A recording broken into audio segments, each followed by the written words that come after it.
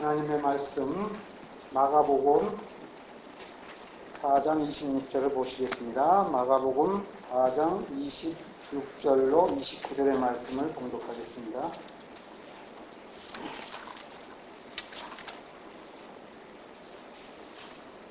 마가복음 4장 26절부터 29절을 제가 봉독하겠습니다. 또 가라사대 하나님의 나라는 사람이 씨를 땅에 뿌림과 같으니 저가 밤낮 자고 깨고 하는 중에 씨가 나서 자라되 그 어떻게 된 것을 알지 못하느니라. 땅이 스스로 열매를 맺되 처음에는 싹이요 다음에는 이삭이요 그 다음에는 이삭에 충실한 곡식이라. 열매가 익으면 낫을 내나니 이는 추수 때가 이르렀음이니라.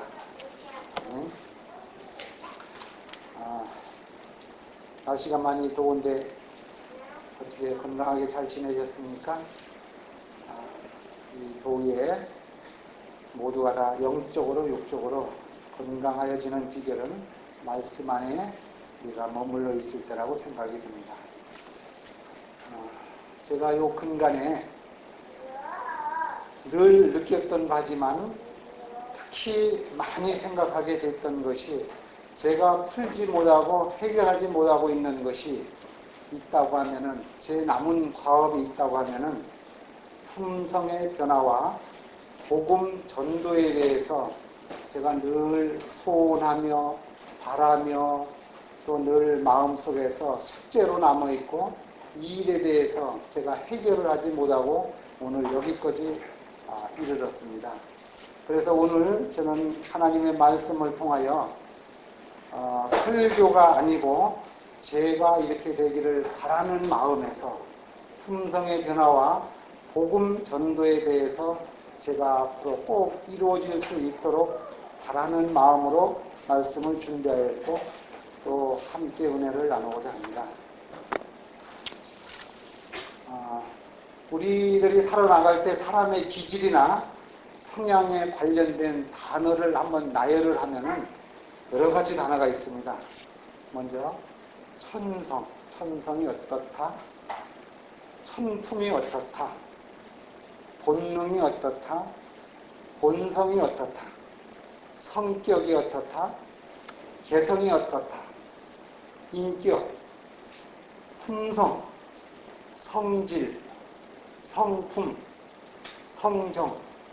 지금 제가 나열한 단어를 어떻게 정확하게 이렇게 딱딱 정의를 내리기가 참으로 쉬운 일이 아니라고 생각이 듭니다. 오늘 이 많은 단어들은 사람의 기질이나 사람의 성향을 나타날 때 사용하는 단어라고 생각을 합니다. 이 지금 나열한 많은 단어 가운데에서 오늘은 세 가지에 대한 단어를 먼저 우리가 정의를 한번 해보고 이 뜻에 대해서 우리가 어떤 방법으로 어떤 삶을 살아야 되는지 살펴보고자 합니다. 먼저 본성, 두 번째는 개성, 세 번째는 품성에 대해서 세 가지만 살펴보고자 합니다. 먼저 본성이라고 하면은 우리가 태어날 때 거의 본능적으로 신체적 욕구나 심리적 영향을 미치는 것을 갖다가 본성이라고 합니다. 본성. 즉 식욕, 성욕, 명예욕, 재물욕, 이기심, 교만심 이런 것들을 갖다가 본성이라고 우리가 이야기를 합니다. 이거는 본래 인간으로 태어난 사람들이라면 다 이와 같은 본성을 우리가 가지고 있습니다. 두 번째 개성이라고. 개성. 이 개성은, 본성은 태어날 때부터 우리가 가지고 나는 것이지만 이 개성이라고 하면은 부모님으로부터 태어나서 유전적인 형질이나 또 환경에 의해서 우리 개인의 성향이 이렇게 기질이나 내성적, 외형적으로 다 이렇게 가지고 있는 것을 우리는 개성이라고 합니다. 참 어려운 이야기죠. 본성, 태어날 때 기본적으로 인간들이 가지고 있는 것, 개성, 부모님으로부터 유전을 받아서 이 성장, 자라나갈 때 이 환경에 따라서 우리들이 어떤 기질로다 변화되는 것. 즉 이런 것들은 사람들이 사람 됨됨이가 어떻다 이렇게 얘기할 때 우리 그런 이야기를 합니다. 그래서 이 활동할 때나 정서적이나 또 아니면은 성급함이나 냉정함이나 이런 것들에 대해서 이 모두가 다 개성이 다 달라서 이런 개성을 가진 분들이 우리가 더불어서 이웃에서 살고 교회에서 살고 있습니다. 그 다음에 이 품성이라고 하는 것은 본성과 개성을 가지고 이 후천적으로 이게 사람들이 습득하게 되는 것을 품성이라고 합니다. 그러니까 본성과 개성을 지닌 사람들이 어떤 훈련을 받는다든지 어떤 교육을 받는다든지 이렇게 해서 총체적인 종합적인 무슨 과정을 거쳐서 태어나는 마음을 갖다가 품성이라고 하는 것입니다. 제가 왜 이렇게 복잡하게 이야기를 하는가 하면은 우리가 하늘나라 갈 때에는 이 세상에서 돈을 가져가는 것도 아니고 명예를 가져가는 것도 아니고 한 가지 가지고 가는 것이 있다면은 품성이라는 것밖에 가지고 갈 수 없기 때문입니다.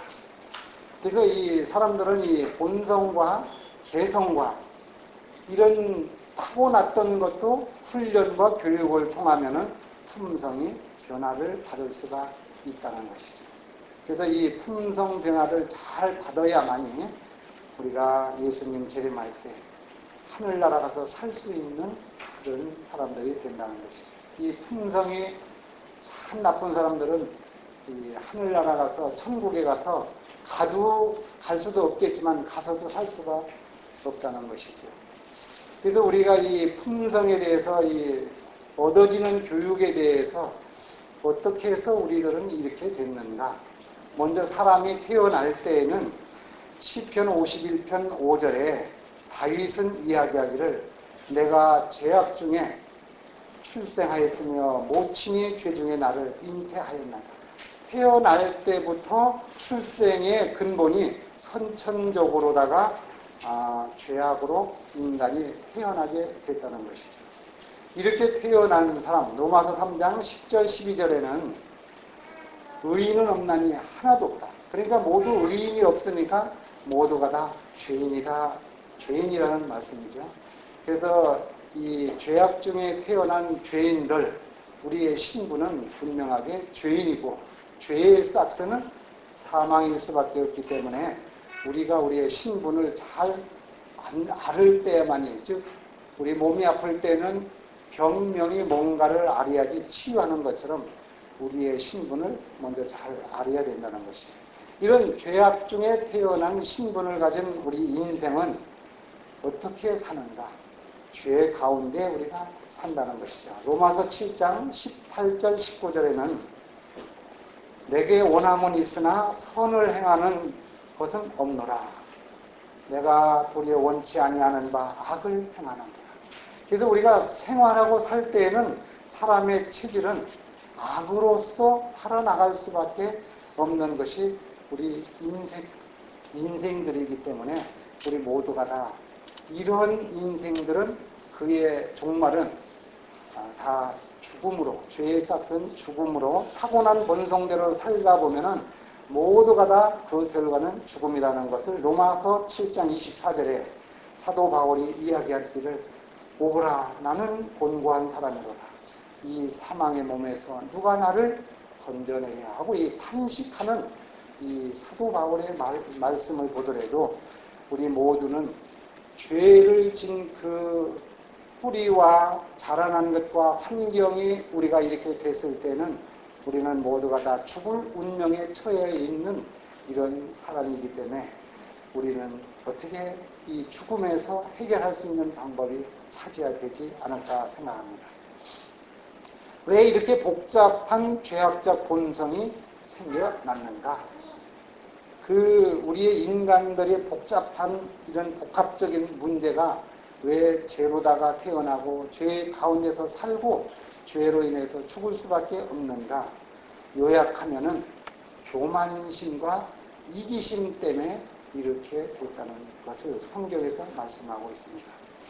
하나님의 종이라고 공언하는 모든 사람들이 많이 실수를 범하는데 그 중에서 모든 사람들은 교만심과 이기심으로다가 그 실패를 한다는 것을 우리 교회 증언 5권 23쪽에 그렇게 기록을 하고 있습니다.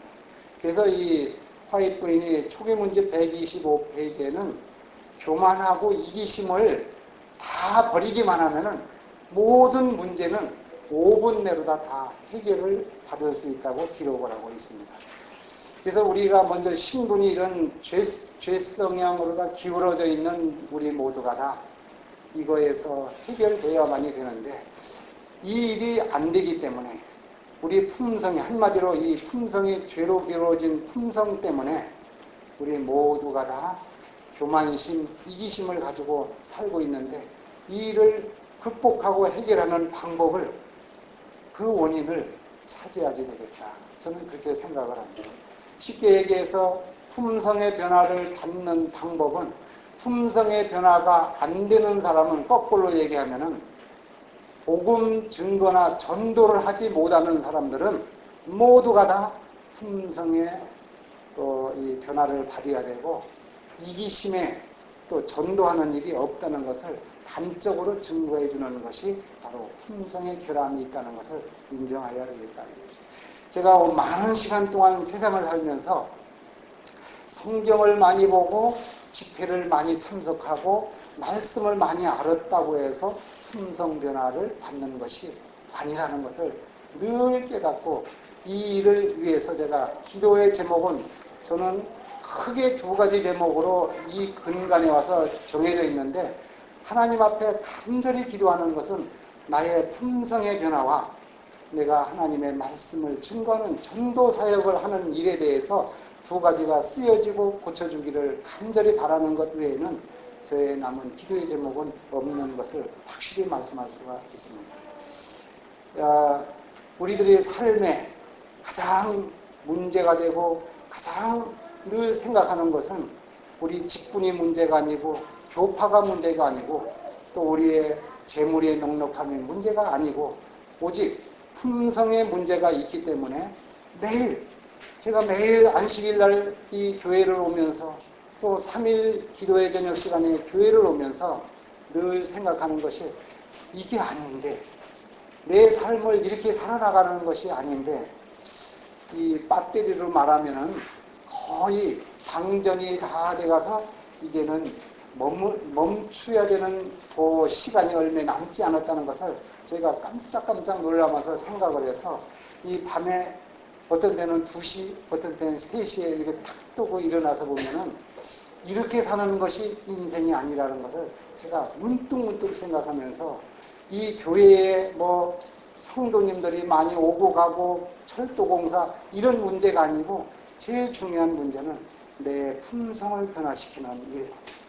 이 좋은 기별을 내가 구도자가 없고 내가 이 영혼 구원을 하지 못하고 있다는 것은 참으로 이건 심각하고 뼈저린 일이라는 것을 절감을 하게 돼서 모든 문제가 이 두 가지만 해결이 되면은 다 해결이 될 수 있다는 것을 제가 늘 생각을 하고 결론은 품성의 변화로 또 내가 복음 증거 전도하는 일에 있어서 솔선수범하고 실천을 하지 못하면은 모든 게 안 된다고 이런 생각을 갖고 생활하면서 깜짝깜짝 놀래고 생활을 하고 있습니다. 이 개신교에 있는 어느 한 목사님이 하신 말씀인데요. 천국에 가는데 천국에 딱 들어가기 전에 그 입구에서 식당이 하나 있는데 천국 식당이래요. 그 식당이 있는데 천국에 갈 때 보니까 장로님이 수석 장로님하고 교회에서 오래 다녔던 장로님들이 앞치마를 입고 서빙을 하더라는 거예요. 물컵을 달르고 행주질을 하고 열심히 천국에 갈 사람들에 대해서 이렇게 대접을 하고 있어서 사람들이 와서 아니 장로님이 왜 천국에 들어가지 않고 이곳에서 이렇게 하고 계십니까? 이 수석 장로를 얼마나 오래 하셨고 교회에서 원로 장로님을 얼마나 많이 하셨고 성경을 얼마나 해박하게 하는데 장로님이 여기 계시고 딴 분들은 다 들어가는데 웬일이십니까? 그러니까 여기서 내가 이렇게 봉사를 해서 그것을 좀 어떤 점수를 좀 채워야지 나는 들어가게 됐다고. 그러고 있는데 사람들이 딱 성도님들이 묻기를 여기 목사님은 어디 계십니까? 하니까 목사님도 늘 대접받다 보니까 지금 배달 나갔다고. 이 대접받고 우리들이 맨날 장로님이다 어떤 위치에서 이렇게 있던 사람들은 당연한 것으로다가 알고 우리들이 생활을 하고 있는데 하늘나라 갈 때에는 이런 품성을 가지고서는 그게 우스운 얘기 같지만 제가 볼 때 내가 이 교회에서 장로로서 참으로 교회에 와서 봉사한 것, 참으로 나로 인해서 이 교회에 편안하게 오실 수 있는 성도님들이 얼마나 되는가, 이런 것을 늘 생각을 하면서 품성 변화에 대해서 제가 잘 성경에서는 어떻게 했는지를 제가 한번 공부를 하고 실천을 해야 되겠다고 성경을 많이 그런 쪽에 초점을 맞춰서 보고 있습니다.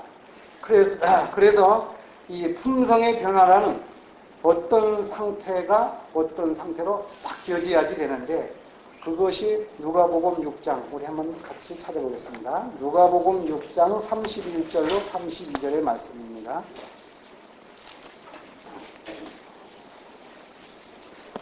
누가복음 6장 31절로 32절에 있는 말씀입니다. 남에게 대접을 받고자 하는 대로 너희도 남을 대접하라. 너희가 만일 너희를 사랑하는 자를 사랑하면 칭찬받을 것이 무엇이뇨? 죄인들도 사랑하는 자를 사랑하느니라. 이 품성의 변화는 첫째, 자기 중심적인 이기적인 삶을 타인 중심적인 이타적인 삶으로 바꿔야 된다는 것이죠. 사랑할 수 없는 사람을 사랑하는 것이 품성의 변화다, 그 말씀입니다. 그래서 우리를 살아나갈 때 남이 주면은 내가 주고 남이 나를 좋아하면 내가 좋아하고 이런 것이 아니라 먼저 대접을 해주고 먼저 배려를 해주고 그 사람한테 이용을 해주는 사람만이 품성 변화예요. 이런 상태에서 이런 상태로 바뀌어지는 것이 품성의 변화다 얘기죠. 내 이기적인 문제에서, 즉 내가 다 받는 데에서 내가 받는 것이 아니라 남한테 주는 것을 훈련을 잘하는 것이 첫째다. 이것이 품성 변화에서 첫 번째의 요소. 이 일을 못하면 품성 변화가 되지 않는다는 것이죠. 그래서 하겠습니다. 빌립보서 2장 5절에서 8절. 너희 안에 이 마음을 품어라. 곧 그리스도 예수의 마음이니 그는 자기를 비어 종의 형체를 가져 사람들과 같이 되었고 사람의 모양으로 나타나셨으며 자기를 낮추시고 죽기까지 복종하셨으니 곧 십자가에 죽으시니라. 그러니까 이 예수님께서 자기를 낮춰서 하나님이신 분이 종의 형태로다가 이 세상에 오셔서 십자가에 죽는 일까지 하신 분이 예수님이시기 때문에 이 품성의 변화는 죽기까지 내가 낮아지는 것이 품성의 변화다. 사단의 정신은 교만이고 그리스도의 정신은 이 겸손이라는 것. 그래서 교만을 버리고 겸손을 배우는 것, 자기를 낮춰서 더 이상 내려갈 수 없는 데까지 내려가는 것이 품성 변화의 본질이라는 것이죠. 그래서 이 우리들 삶에 늘 많이 이 빌보 2장에 대한 것은 너무나도 많이 읽었고 너무나도 잘하는 일인데 이게 행동으로 옮겨지지 않기 때문에 우리 가정에서, 교회에서, 직장에서 우리는 품성 변화를 받지 못하고 매일 그 모양 그 타령으로 우리가 살고 있다는 것이죠. 그래서 우리들 삶에 이런 품성의 변화가 갖는 것은 배려하고 남을 계속 내가 공경하고 그 사람한테 나의 모든 것을 제공할 수 있는 마음이 됐을 때, 이거는 가정에서 서로 배우자한테 서로 그런 정신이 됐을 때, 이것을 대가를 바라지 않고 이런 일을 할 때에 우리는 품성의 변화를 받을 수 있다는 것이죠. 그래서 이 사도 바울이 그 변화를 종합해서 다음과 같이 얘기하는 거예요. 빌립보 2장 3절 4절에 그렇게 얘기를 하고 있습니다.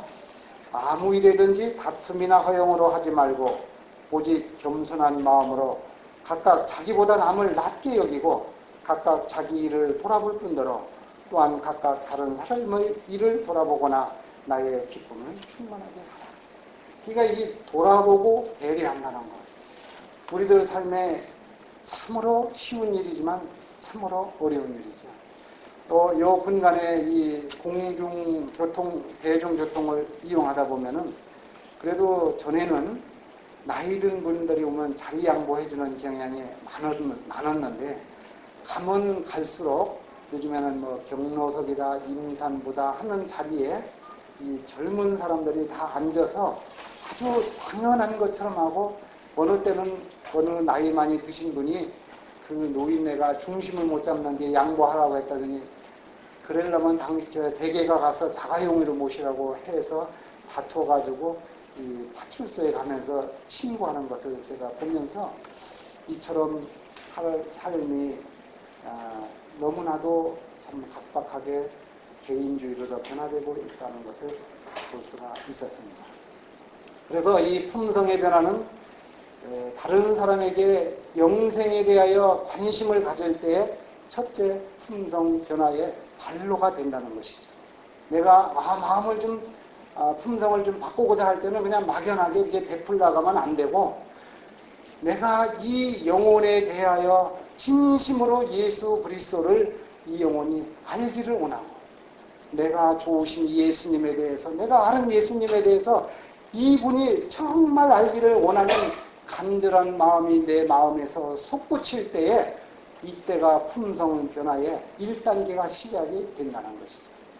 그렇기 때문에 우리들 삶에 이 모든 삶이 이런 그게 바로 성령의 음성인데 이런 마음의 변화가 없을 때 어떤 뭐 도와주는 일이라든지 어떤 물건을 주는 일이라든지 할 때에는 계속 내 마음 속에서 대가를 바라고 있는 것이 있어서 품성의 변화가 이루어지지 않는다는 것이죠.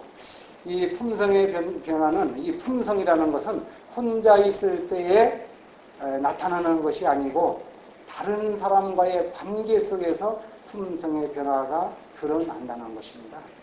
그렇기 때문에 혼자 있을 때는 이 품성의 변화에 대해서 품성이 어떻고 좋고 나쁜 것이 나타나지 않고 특별히 상대편이 있을 때 자기의 품성이 나타나는데 많은 사람들은 이해의 득실이 있을 때 자존심에 관련이 될 때에 이때 자기의 본색이 드러난다는 것이죠. 그래서 이 품성의 변화는 상대편이 있을 때에 내가 품성의 변화가 일어날 수가 있고 품성의 변화를 교육받을 수가 있고 또 내가 변화될 수가 있다는 것. 혼자 있는 상태에서는 누구든지 품성에 대해서 나타나지가 않는데 두 사람만 있을 때 상대편이 있을 때에는 나의 밑바닥에 있는 품성이 여지없이 나타나기 때문에 우리는 이 상대편 가운데에서 아까 전자에 얘기했던 것처럼 내가 사랑하고 내가 베풀고 이렇게 이해 타산이 없을 때에 이게 바로 품성의 변화가 우리가 일어날 수 있다는 것이죠. 시대의 소망 학본 102페이지에는 이런 말씀이 있어요. 영혼을 예수님께로 인도하는 가장 효과적인 방법 가운데 하나는 우리의 일상생활에서 예수님의 품성을 실증하는 것이다. 실증, 나타내서 증명해 보이는 것이다. 다른 이에 끼치는 우리의 가만은 우리의 말보다 우리의 사람 때문에 더 크게 좌우된다. 사람들이 우리의 논리에 도전하고 우리의 호소에 반대할지도 모른다. 그러나 사심없는 사랑의 생애는 그들이 반박할 수 없는 증거이다. 예수님의 온유하심으로 특징 지어진 언행일치의 생활은 세상에서 한 능력이 되는 것이다. 시대의 소망 102페이지. 그래서 우리가 말로 아무리 잘한다 하더라도 필요가 없이 말을 한마디도 안 하더라도 행동으로 나타내 보여줄 때가 품성을 보여주고 그것이 어떤 예수님의 사랑으로 그러니까 어떤 물건을 줄 때 그냥 주는 게 아니고 예수님께서 드리라고 했는데 심부름 왔습니다. 그래서 예수님의 사랑을 전달받을 때에 그 사랑과 그 말씀이 증거가 된다는 것이죠. 그래서 우리들 품성변화에 이처럼 이기심과 교만심을 우리가 버릴 수 있는 것은 먼저 상대편을 생각하고 상대편한테 배려하고 상대편을 사랑할 때 이런 품성변화가 있다는 것을 우리가 품성변화에 대해서는 기초적인 것으로 우리가 한번 더듬어 봤습니다. 이번에는 이런 품성변화를 가장 잘 이룰 수 있는 방법, 수단이라면 무엇인가? 바로 그것이 전도라는 것입니다. 전도. 이 전도는 신앙의 한 부분이 아닙니다. 전도라고 하는 것은 아주 우리 신앙 그 자체가 전도라는 것이죠. 아무리 기도를 많이 하고 아무리 성경 통독을 수십 번 한다 할지라도 영혼 구원을 하지 못하면은 이것은 아무것도 아니라는 것이죠. 그래서 이 영혼 구원은 모든 사람들이 해도 좋고 안 해도 되는 것이 아니라 이것은 영혼 구원은 반드시 해야 되는 필수 사항이 전도라는 것이죠. 그래서 예수님에 대해서 우리가 관심이 없고 만약에 예를 들어서 길을 가는데 이런 낭떠러지게 해서 자기의 자녀가 거기에 떨어져서 허우적거리는데 죽어가고 있는데 지나가는 사람이 그 광경을 보고서 그냥 갔다고 하면은 부모된 여러분의 마음은 어떠하시냐 이렇게 기록을 해놨더라고요. 바로 전도라는 것은 멸망할 수밖에 없는 그 영혼이 그렇게 죽어가는 내 친척, 내 가족이 죽어가는 것처럼 안타까운 마음으로 그 영혼을 바라보고 구원해 줄 수 있는 것이 전도의 첫째 목적이고 사명이라는 것이죠. 그렇기 때문에 어떠한 사람들이 교회에 예수님에 대해서 알지 못하는 사람을 그냥 방치하는 것이 아니고 이 영혼을 구제하지 않으면 멸망할 수 없다는 통절함 속에서 그 영혼에 대해서 내가 그 사람을 인도해 내려고 하는 마음이 있는 것이 바로 전도라는 것이죠. 이런 마음이 있을 때 나의 품성이 바뀌어진다 그 얘기입니다. 그렇기 때문에 품성 변화를 먼저 한 다음에 전도를 해야 되겠다. 그것은 아니다 얘기입니다. 전도 잘하는 사람들은 품성의 변화가 이루어진 사람들이다. 그 얘기입니다. 그래서 전도를 못 해본 사람이나 전도를 안 하고 있는 사람은 뒤돌아서 얘기하면 품성의 변화가 되지 않았다는 것, 이기적인 사람이라는 것이 입증이 되고 단적으로 나타나는 것이다. 그게 제가 요즘에 깜짝깜짝 놀라는 나의 현실이다. 그런 이야기입니다. 우리 그리스도인들의 전도에 관심이 없다면 그리스도인이 아니라고 예언의 신은 그렇게 말씀하고 계십니다. 그리스도인 선교봉사는 우리 이 전도 정말 생명의 하나님으로부터 내가 거듭남을 진심으로 깨달았다고 하면은 그 좋으신 예수님을 내가 만났다면은 이 좋으신 예수님을 소개하는 일, 이 예수님께 내가 가장 가까운 사람, 내가 잘 아는 사람, 여기 소개해 주는 일이 그게 어려운 일이 아니라는 것이죠. 이 일을 내가 제일 가깝고 우리의 연고가 되어 있는 사람을 내가 수소방관했다는 것은 진정 내가 좋으신 예수님에 대해서 아직도 나는 깨닫지 못했다는 것이죠. 이게 가족들 인도한다는 것 참 힘들고 또 우리들 삶에 그냥 세월이 가면은 너무 세월이 빨리 많이 지나가기 때문에 전도는 이렇게 해서 시간을 가서는 안 된다는 걸 생각해서 이제 조급하고 어떤 방법이든지 동원해서 해야 되겠다. 가족들을 해야 되겠다. 이런 생각을 제가 갖게 됐습니다. 전도란 무엇인가? 침례 요한이 한 이야기는 마태복음 3장 1절 2절에 회개하라. 천국이 가까웠느니라. 이거 외치는 자가 침례 요한의 복음 전도의 방법이었어요. 사도 요한은 요한복음 3장 16절에 하나님에 대한 사랑, 하나님이 세상을 이처럼 사랑하사 독생자를 주셨으니 누구든지 이를 믿는 자마다 멸망치 않고 구원을 얻는다. 하나님에 대한 사랑을 사도 요한은 이야기를 선포하는 것이 전도에 대한 사명을 했어요. 베드로는 전도를 어떻게 했느냐. 사도행전 2장 38절에 회개하고 침례를 하더라. 그리고 제사함을 받으라. 그러면 성령을 선물로 받는다. 이게 또 베드로의 전도하는 이야기였어요. 예수님께서는 또 전도를 어떻게 하셨느냐. 요한복음 3장 3절 5절에 니고데모에게 이야기하기를 거듭나야지 된다. 거듭난다. 다시 태어나야지 된다. 이 말씀을 예수님께서는 해주셨어요. 이렇게 예수님과 예수님 당시의 사도들 시대이고 예수님이 승천하신 후에 전도의 방법은 어떤 이야기를 했느냐. 우리가 데살로니가전서 4장에 있는 말씀이나 베드로전서 3장에 있는 말씀에서 줄여보면은 전도의 핵심이 예수님의 승천 이후에 지금까지 우리가 전도해야 되는 제목이 있다면은 하나님에 대한 사랑이요, 하나님에 대한 초림, 예수님의 이 땅에 오신 초림, 그 다음에 희생, 예수님의 봉사, 예수님의 죽음, 예수님의 부활, 예수님의 승천, 예수님께서 용서하신 것, 예수님께서 이 땅에 다시 오시는 재림에 대해서 하는 일들이 이게 전도다 이야기죠. 그래서 우리 삶에 있어서 시대의 소망 271쪽 합본에 보면은 생활 자체가 복음이어야 한다.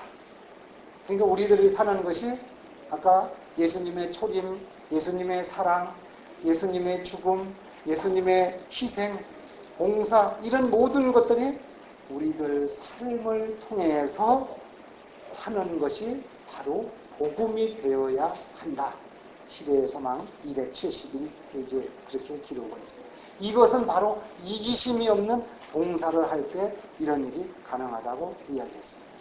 실물 교훈에 보면은 날마다 자기 자아를 굴복하고 온유함을 유지하고 경건함이나 신실함으로 살아야지 우리가 전도가 된다고 그 실물 교훈에 기록을 하고 있습니다.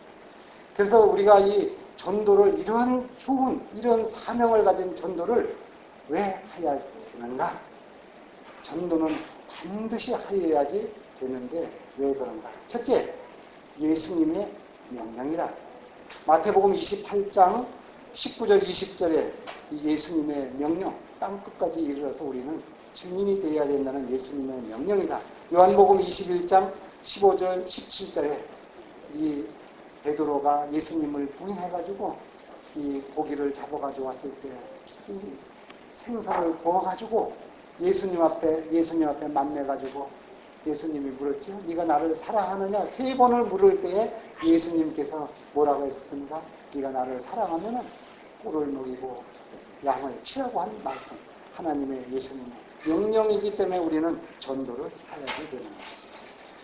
그 다음에 이 전도를 해야 되는 두 번째 목적은 품성 변화의 필수 과제이기 때문이다. 선교봉사 20페이지, 21페이지에는 품성 변화를 가지려고 하면 필수적으로 전도를 해야지 품성의 변화가 생기고 이루어진다. 그렇기 때문에 품성의 변화, 우리 전도하지 못할 때는 아무리 생각해도 진짜 내 자아가 살아있으니까 봉사를 하지 못하고 헌신하지 못하고 내가 먼저 좋은 거 내가 한 다음에 남을 생각하려고 하니까 전도가 될 수가 없다는 것이죠. 베드로전서 2장 9절에 우리 왕 같은 제사장이 된 제사장인 우리는 하나님의 백성의 본업은 바로 전도를 해야 된다는 것이죠. 한 이야기를 한번 들려드리겠습니다. 우리 교회로다가 침례를 받아가지고 오는 초신자가 있었습니다. 이분이 성경 공부를 해서 가까스로 침례를 받았는데 이렇게 교회를 나가려고 하다 보니까 가정에서 갑자기 가세가 기울고 경제적으로 아주 그냥 몰아닥친 아주 어려운 상황에 이르다 보니까 남편과의 관계도 어렵고 신앙생활 교회에 나오는 것조차도 하기가 참 어렵게 된 그렇게 되는 상황에 있었는데 별로 그냥 마음도 내키지 않는데 바로 자기하고 말하던 옆집에 애기 엄마가 새댁이 있는데 자기도 가서 지나가는 말로 우리 교회에서 전도했는데 우리 교회 좀 한번 가실래요? 하니까 의외로다가 그래요? 언제 하는데요? 하면서 반색을 하면서 따라 나가겠다고 얘기를 해서 이분이 그냥 지나가는 얘기를 했는데 이분이 애기 엄마가 그냥 적극적으로 나오니까 아주 그냥 마지못해 이제 이 전도회를 참석을 했습니다. 첫날 참석하니까 이분이 왔다가 아주 그냥 눈이 똘방똘방하게 듣고 있으니까 자기가 구도자니까 자기가 옆에서 그냥 뭐 여러 가지 챙겨주면서 거기에 온갖 신경을 다 쓰다 보니까 자기도 많이 듣고 이 예배 전도회가 끝나고 집에 갈 때 되면 막 질문을 해가지고 이 질문하는 거 답변을 하려고 하니까 이 양반이 이 초신자가 막 메모를 하게 됐고 그래서 내일 또 온다고 하니까 또 초신자가 또 이튿날 또 오고 전혀 마음에 없는데 이 초신자 때문에 이웃 애기 엄마 때문에 계속해서 전도회 일주일 동안을 한 번도 빠지지 않고 다 참석을 하게 됐습니다. 다 참석하는 동안에 은혜를 더 많이 받게 돼서 자기의 신앙이 이만큼 자라게 됐고 그 애기 엄마가 와가지고 듣고서 성경 공부를 해서 침례를 받게 됐습니다. 그러니까 이제 이 초신자로 다 있던 분이 이분의 침례 받고 나니까 자기가 침례 받는 것 마냥 더 기뻐가지고 음식도 해가지고 교회 가는 거 한 번도 빠지지 않고 그냥 열심히 둘이 다니게 돼서 1년이 지나고 2년이 지나서 교회에서 아주 큰 직분을 감당하면서 신앙생활을 했다고 간증한 것을 제가 들었습니다. 그러니까 이 전도는 옆에 있는 사람을 살리는 게 아니라 내가 사는 것이 전도가 되고 가정에서 재정적으로 부부관계가 어려운 가운데서 전도를 하다 보니까 이 남의 배려하는 것 때문에 상찡거리고 교회 안 가면서 집에 있는 것보다 나오면서 말씀 듣고 가서 하다 보니까 더 좋은 일이 일어나게 돼서 이 사람들이 아주 훌륭한 일이 이루었다는 것을 이야기를 들으면서 이 전도는 참으로 중요한 일이구나. 이 전도하는 것은 남을 살리는 것이 아니고 내 영혼이 사는 것이다. 그래서 우리가 영혼 구원하는 일을 한번 우리 다시 한번 해봅시다. 이 일을 전적으로 할 때에는 교회가 살고 내가 살고 우리 어떤 일이 되더라도 이 교회에 이 영혼들이 몰려올 때에 어느 사람들이 무슨 문제가 있겠어요. 제가 이 오네시모 선교회 그 구도하신 목사님에 대한 설교를 인터넷으로 내가 듣게 됐는데 우리는 원칙과 말씀에 있을 때는 우리들 삶이 정말로 혼이 되고 어디 가서 무슨 일을 하더라도 원칙대로 일할 때에는 아무리 많은 숫자가 많은 안식일에 대한 기별, 세천사에 대한 기별, 침례, 우리 27과 기본 교리에 대해서는 요거만큼도 양보하거나 오류가 없다는 것을 늘 느끼면서 제가 지내고 있습니다.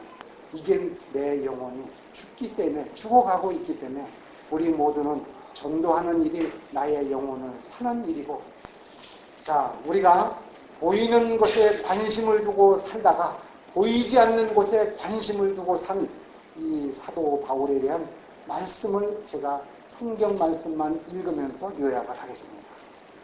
사도 바울은 다메섹 도상에서 예수님을 만나기 전에는 보이는 삶을 살았던 사람입니다. 보이는 데 관심이 많았던 사람입니다. 빌립보서 3장 4절 6절에 이렇게 기록했습니다. 그러나 나도 육체를 신뢰할 만하니 만일 누구든지 다른 이가 육체를 신뢰할 것이 있는 줄로 생각하면 사도 바울의 얘기입니다. 나는 더욱 그러하니 내가 8일 만에 할례를 받고 이스라엘의 족속이요 베냐민의 지파요 히브리인 중에 히브리인이요 율법으로는 바리새인이요 열심으로는 교회를 핍박하고 율법의 의로는 흠이 없는 자로다. 남한테 보여줄 수 있는 데에 대해서는 이거보다도 더한 엘리트가 아니라는 이보다 더한 엘리트가 있습니까? 여기서 말한다면 아주 재림 교인의 전통적인 가정에서 태어난 사람이라고 생각을 하고 있는 것인데 사도행전 22장 3절 5절에는 이렇게 또 거기서 사도 바울이 지난 자기에 대해서 세상적으로 자랑할 일에 대해서는 나는 유대인으로 길리기아 다소에서 났고 이 성에서 자라 가말리엘의 문화에서 우리 조상의 율법에 엄한 교육을 받았고 오늘 너희 모든 사람처럼 하나님에 대하여 열심을 하는 자라. 내가 이 십자가의 도죠. 도를 핍박하여 사람을 죽이기까지 하고 남녀를 결박하여 옥에 넘겼으니 이에 대제사장과 모든 장로들이 나에 대한 증인이라. 또 내가 저희에게서 다메섹에서 형제들에게 가는 공문을 받아가지고 거기 있는 자들을 결박하여 예루살렘으로 끌려가다가 형벌을 받게 하려고 가더니 아주 열심도 있고 가문도 좋고 이렇게 세상적으로 뻑적지근한 이렇게 보이는 삶을 살았던 사람이 이 사람이 다메섹 도상에서 예수님을 만나고 나서는 어떻게 보이지 않는 관점의 삶을 살았는가. 빌립보서 3장 7절로 9절에 그러나 무엇이든지 내게 유익하던 것은 내가 예수님을 위하여 다 해로 여길 뿐더러 또한 모든 것을 해로 여김은 내 주 그리스도 예수를 아는 지식에 가장 포상합니다. 내가 예수님을 위하여 모든 것을 잃어버리고 배설물로 여김은 예수님을 얻었고 그 안에서 발견되려 하느니 내가 가진 의는 율법에서 난 것이 아니고 오직 예수님을 믿음으로 말미암아 얻은 것이니 곧 믿음으로 하나님께서 새로 태어난 자라. 사도 바울이 간증하는 것입니다. 빌립보서 3장 7절까지. 이 사도 바울은 보이지 않는 삶을 살았다는 거예요. 처음에는 세상적인 모든 명예와 보는 관점에서 살던 인생이 이제는 보이지 않는 하늘나라, 예수님이 보이지 않는 그런 삶을 우리들 삶에 이제 세상적인 명예나 세상적인 재물이나 요즘에 목사님이 지난번에도 이 부자 청년이 예수님과 하나님과 사이에 어떤 물건 때문에 재물 때문에 그냥 근심하고 돌아갔던 것처럼 우리는 보이는 물건에 집착하여 살지 마시고 진심으로 보이지 않는 예수 그리스도 하나님을 위해서 사는 우리 모두가 되시기를 간절히 바라겠습니다. 한 가지 예만 들고 오늘 말씀을 마치겠습니다. 한 목사님이 교회에서 새벽 예배를 하는데 개인 기도를 하고 눈을 딱 떠보니까 커튼이 싹 없어진 거예요.